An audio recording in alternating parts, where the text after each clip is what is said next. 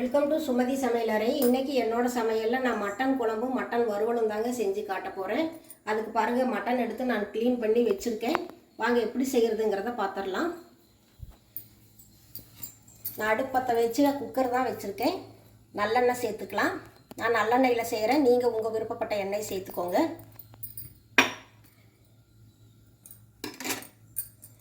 Oil நல்லா காஞ்சிருச்சு பாருங்கள். கொஞ்சமாக கடுகு தாளிச்சுக்கலாம்.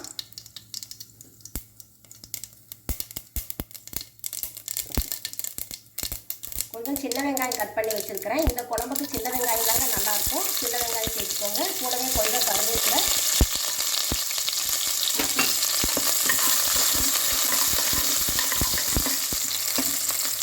ஒரு தக்காளி பழம் கட் பண்ணி வச்சுருக்கிறேன், அதையும் சேர்த்துருங்க.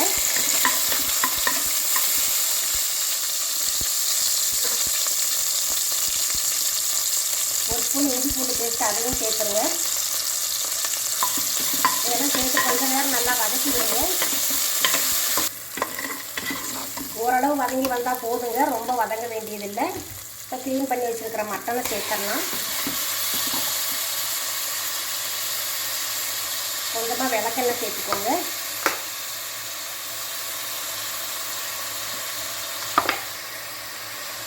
கொஞ்சமாக மஞ்சத்தூள் சேர்த்துருங்க.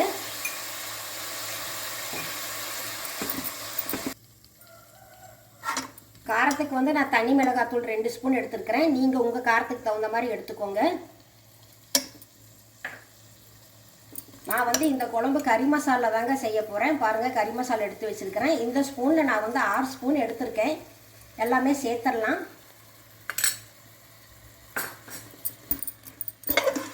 நல்லா இந்த எண்ணெயிலேயே நல்லா கலந்து கொடுங்க கொஞ்சம் நேரம்.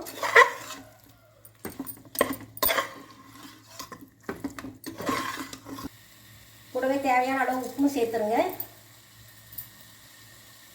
சேர்த்துட்டு இந்த ஆயிலையே கொஞ்சம் நேரம் நல்லா வதக்கி விடுங்க. மட்டனுமே நல்லா தண்ணி விட்டு வரும். மட்டனுமே பாருங்கள் ஓரளவு தண்ணி விட்டு வந்துருச்சு. இந்த ஸ்டேஜில் நாம் கொஞ்சம் தண்ணி சேர்த்துடலாம்.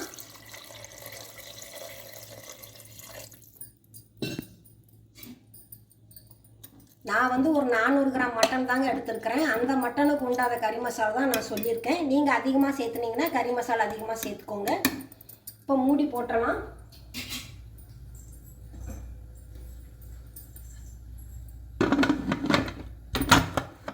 எட்டு விசில் வரட்டுங்க, அப்புறமா பார்க்கலாம். இதுக்கு ஒரு தேங்காய் பேஸ்ட் அரைக்கணும், அதையும் அரைச்சிட்டு வந்துடலாம். வாங்க, அது என்னென்ன பொருள்னு பார்க்கலாம். நான் தேங்காயில் 1 மூடி தேங்காய் எடுத்து வச்சுருக்கிறேங்க. இந்த கிரேவிக்கு நாம் தேங்காய் தான் அதிகமாக சேர்த்தணும். பொட்டுக்கடலை ஒரு 15 கிராம் தான் எடுத்துருக்கிறேன். 1 ஸ்பூன் கசகசா, 1 ஸ்பூன் சோம்பு, 1 ஸ்பூன் முழு மல்லி எடுத்துருக்கிறேன். 4 பட்டை, 4 லவங்கம் எடுத்து வந்திருக்கிறேன். இதையெல்லாம் நாம் ஆட்டிட்டு வந்துடலாம். ரொம்ப நைஸ் பேஸ்ட்டாக அரைக்க வேண்டாம். கொஞ்சம் தேங்காய் திப்பி திப்பியாக தெரியணும், அந்தளவுக்கு தான் அரைச்சிட்டு வரணும். வாங்க, அரைச்சிட்டு வந்துடலாம். 8 விசில் வந்துருச்சு பாருங்கள். மட்டனுமே நமக்கு நல்லா வெந்துருச்சு. இந்த ஸ்டேஜில் நம்ம இந்த மட்டனை எல்லாம் எடுத்துடலாம், தனியாக எடுத்துடலாங்க.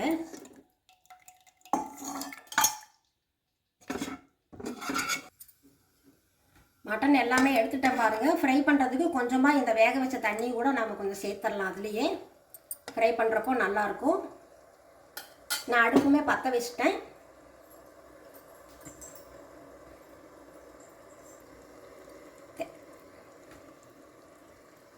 தேங்காய் பேஸ்ட்டுமே அரைச்சிட்டு வந்துட்டேன் பாருங்கள். இந்த மாதிரி தான் இருக்கணும், திப்பி திப்பியாக தான் நீங்கள் அரைச்சிட்டு வரணும். இந்த தேங்காய் பேஸ்ட்டை இது கூட நம்ம இப்போ கலந்துடலாம்.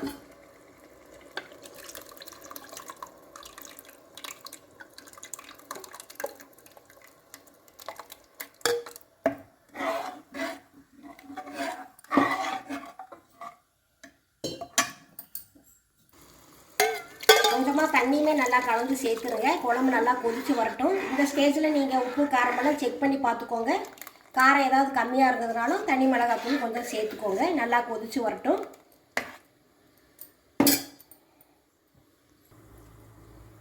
குழம்பு கொதிச்சு வர்ற இந்த ஸ்டேஜில் நாம் மட்டனையுமே ஃப்ரை பண்ணி எடுத்துடலாங்க. நான் மண் சட்டி வச்சு ஆயில் ஊற்றி வச்சுருக்கிறேன்.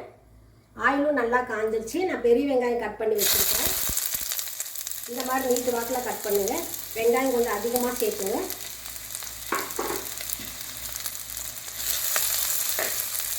கூடவே இஞ்சி பூண்டு பேஸ்ட்டு 1/4 ஸ்பூன் மட்டும் சேர்த்துக்கோங்க. வெங்காயம் கொஞ்சம் வதங்கி வரட்டும்.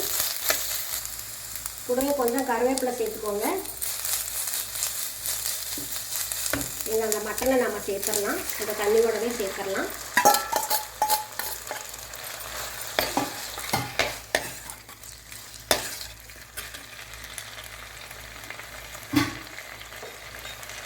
கொஞ்சமாக உப்பு சேர்த்துருங்க.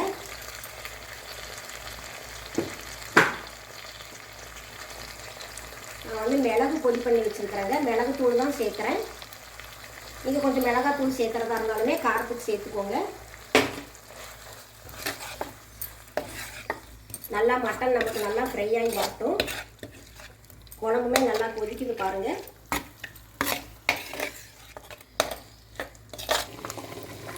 மட்டன் குழம்புமே சூப்பராக ரெடி ஆகிடுச்சு பாருங்கள். இந்த அளவு திக்னஸாக இருந்தால் போதும். இட்லி தோசையில் ஊற்றி சாப்பிட நல்லாயிருக்கும். நீங்கள் இந்த சேலம் சைடெல்லாம் போனீங்கன்னா எங்கள் செட்டியார் ஹோட்டலில் இந்த மாதிரியான சிக்கன் குழம்பும் மட்டன் குழம்பும் தான் கொடுப்பாங்க. நான் அந்த கறி மசாலா வாங்கி தான் செஞ்சுருக்கேன். கறி மசாலாவில் தான் செய்யணுன்னா இல்லைங்க, நீங்கள் வந்து மிளகாத்தூளும் தனியாத்தூளும் போட்டுமே இந்த மாதிரி தேங்காய் பேஸ்ட் அரைச்சி செய்யலாம், நல்லாயிருக்கும். குழம்பு ரெடி ஆகிடுச்சு. நான் அடுப்பு ஆஃப் பண்ணிடுறேன். இந்த பக்கம் மட்டன் ஃப்ரையுமே ரெடி ஆகிடுச்சு பாருங்கள். இந்த அடுப்பும் ஆஃப் பண்ணிடுறேன்னா வேறு ஒரு சர்விங் பவுலுக்கு மாற்றிட்டு உங்களுக்கு நான் காட்டுறேன். மட்டன் குழம்பும் மட்டன் ஃப்ரையும் சூப்பராக ரெடி ஆகிடுச்சு பாருங்கள். நான் வந்து இட்லிக்கு தான் செஞ்சுருக்கிறேன். இந்த குழம்பு இட்லி, தோசை, பரோட்டாவுக்கெல்லாம் தொட்டு சாப்பிட சூப்பராக இருக்குங்க. நீங்களும் ஒரு இடம் இந்த மாதிரி செஞ்சு சாப்பிட்டு பாருங்கள். மறுபடியும் உங்களை நான் அடுத்த வீடியோவில் சந்திக்கிறேன். தேங்க்யூ.